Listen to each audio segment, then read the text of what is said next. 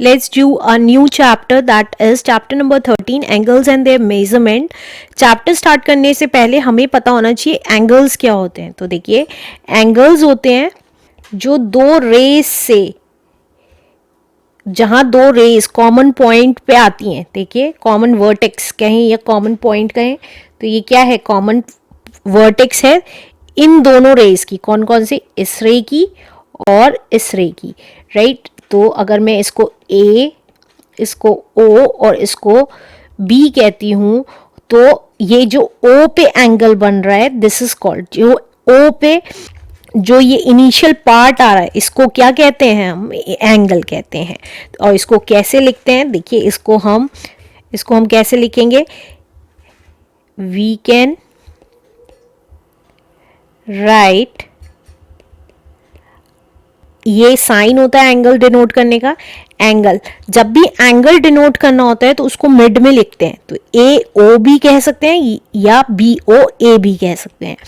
ए O B और angle B O A B कह सकते हैं, राइट. तो एंगल्स हमें पता चल गया. एंगल्स कैसे फॉर्म होते हैं, दो रेज वो होती हैं जो आगे चलती जा सकती हैं एक साइड, लेकिन एक साइड रे जो चलती चली जाए, दैट इज कॉल्ड रे. तो जो दो रेस को मिलके कॉमन वर्टेक्स बनता है, उसके इनिशियल पार्ट को हम क्या कहते हैं, एंगल कहते हैं. अब नेक्स्ट आता है हमारा interior and exterior of an angle. देखिए अब इंटीरियर और एक्सटीरियर क्या होता है. अभी मैंने बताया आपको कि ये जो दो रेस से मिलके जो ये कॉमन वर्टेक्स पे हमारा जो इनिशियल पार्ट बनता है, वो क्या कहलाता है, एंगल कहलाता है, राइट. तो यहाँ पे ये एंगल हो गया, राइट.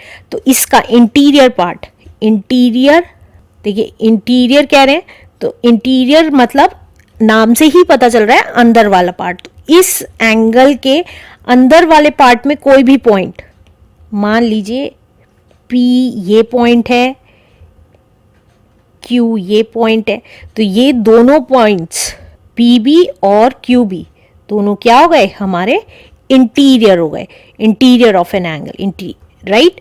इसी तरीके से R कहें, S कहें, इस बाउंड्री से बाहर जो पॉइंट्स हैं, इस बाउंड्री से बाहर जो पॉइंट्स हैं, वो क्या कहलाएंगे, एक्सटीरियर ऑफ एन एंगल. तो ये एक्सटीरियर पॉइंट्स हो गए, राइट. इस एंगल की बाउंड्री से बाहर एक्सटीरियर पॉइंट्स हैं और एक्सटीरियर ऑफ एन एंगल कहलाएगा. और इस बाउंड्री के अंदर जो भी पॉइंट्स हैं, that is called an interior of an angle.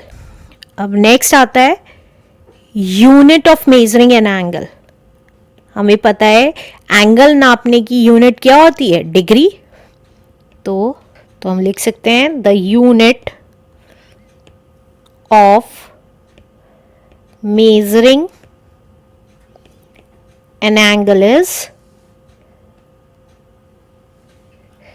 Degree होती है, राइट. अब हमें पता है 1 डिग्री किसके इक्वल होती है, 60 मिनट्स के. और 1 minute we can write it as 60 minutes. और 1 मिनट किसके इक्वल होता है, 60 सेकेंड्स के. वी कैन राइट इट 60 और 2 डैश. तो this is called seconds. 1 dash का मतलब मिनट्स और 2 डैश का मतलब सेकेंड्स, राइट. अब नेक्स्ट पढ़ते हैं वेरियस टाइप्स ऑफ एंगल्स. तो फर्स्ट एंगल आता है हमारा एक्यूट एंगल. अब एक्यूट एंगल क्या होता है, हमें पता है जिस भी एंगल का मेजरमेंट 90 डिग्री से कम का होता है, that is called acute angle. ये 0 डिग्री होता है. देखिए ये यहाँ पे ये वाला जो लाइन आती है, that is 0 degree.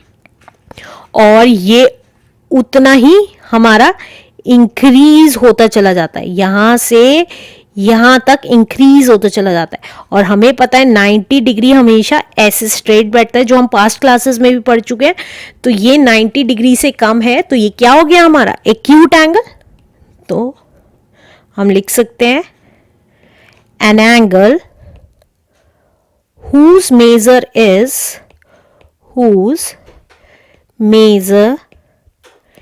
is more than 0 degree, more than, ये वाला एंगल नापा है हमने, more than 0 degree, but less than 90 degree is called an acute angle, right? अब नेक्स्ट आता है हमारा राइट एंगल। अभी अभी हमने देखा कि जो एग्जैक्टली 90 डिग्री का एंगल बनता है उसको हम क्या कहते हैं, राइट एंगल, और इसको ऐसे बनाया जाता है, राइट? तो an angle whose measure is whose measure is 90 degree is a right angle, right? अब नेक्स्ट करते हैं, next is obtuse angle. Acute angle 90 degree से कम था, 90 डिग्री प्रॉपर राइट एंगल था।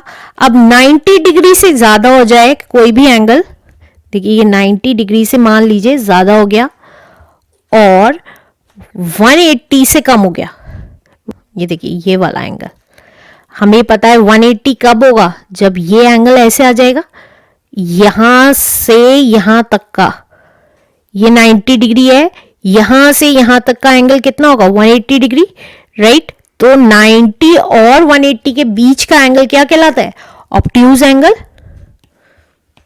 An angle whose measure is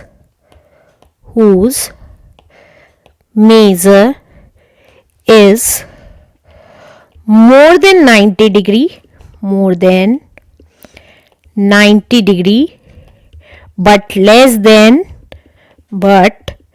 180 degree हमारा क्या होता है, ऑब्ट्यूज एंगल, राइट? अब नेक्स्ट आ जाता है हमारा फोर्थ इज स्ट्रेट एंगल। तो देखिए स्ट्रेट एंगल कौन सा होगा, ये सीधी लाइन और हमने यहां से यहां पे ये एंगल बनाया, ये ऐसे बनाया, मतलब ये हमने यहां से ली और ये यहां तक का एंगल, ये जो पूरा एंगल बन रहा है वो कितने डिग्री का है, जितने भी डिग्री का है that is called straight angle, और हमें पता है ये 180 डिग्री का होता है, राइट? तो an angle whose measure is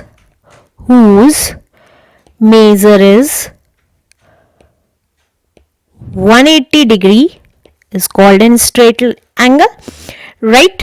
अब नेक्स्ट आता है हमारा reflex angle.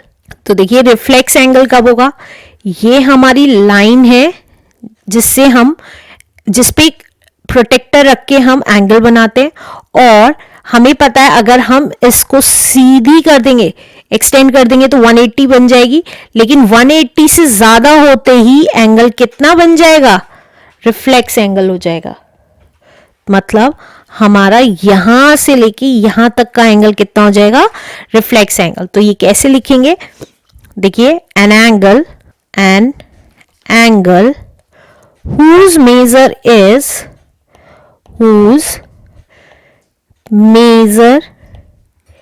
is more than 180 degree, but less than 360 degree is called an reflex angle, right? अब नेक्स्ट आता है कंप्लीट एंगल। अब कंप्लीट एंगल क्या होता है, देखिए यहां से एंगल बना, इस पॉइंट से, देखिए इस पॉइंट से एंगल बना, ये यहां से एंगल वापस इसी पे आ गया, तो that will become a complete angle. An angle whose measure is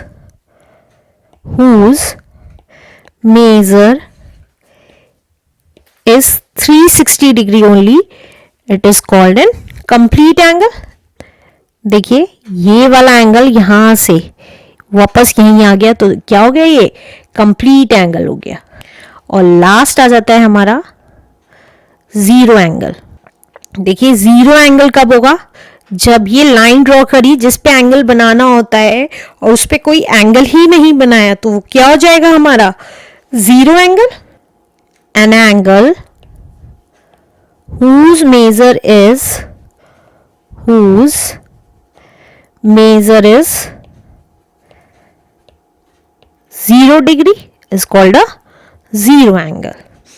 ये थे हमारे वेरियस टाइप्स ऑफ एंगल्स. कुछ एंगल्स होते हैं जो आप कंपास से बनाएंगे, वो मैंने अपनी एक्सरसाइज में बता रखा है, और कुछ एंगल्स होते हैं कि जो आप प्रोटेक्टर से बनाएंगे. तो प्रोटेक्टर हम सबको ऑलरेडी यूज करना आता है. एक चीज बहुत इंपॉर्टेंट है, वो और सीख लेते हैं. लास्ट टॉपिक है परपेंडिकुलर लाइंस. परपेंडिकुलर लाइंस क्या होती हैं? देखिए, ऐसी लाइंस जो एक के ऊपर एक गिरती हैं और 90 डिग्री का एंगल बनाती हैं, that is called the perpendicular lines. ये देखिए, ये सारी 90 डिग्री का एंगल बना रही है, तो ये लाइंस क्या होती हैं? परपेंडिकुलर होती हैं. तो ये थे हमारी इंट्रो. चलिए करते हैं अपनी एक्सरसाइज.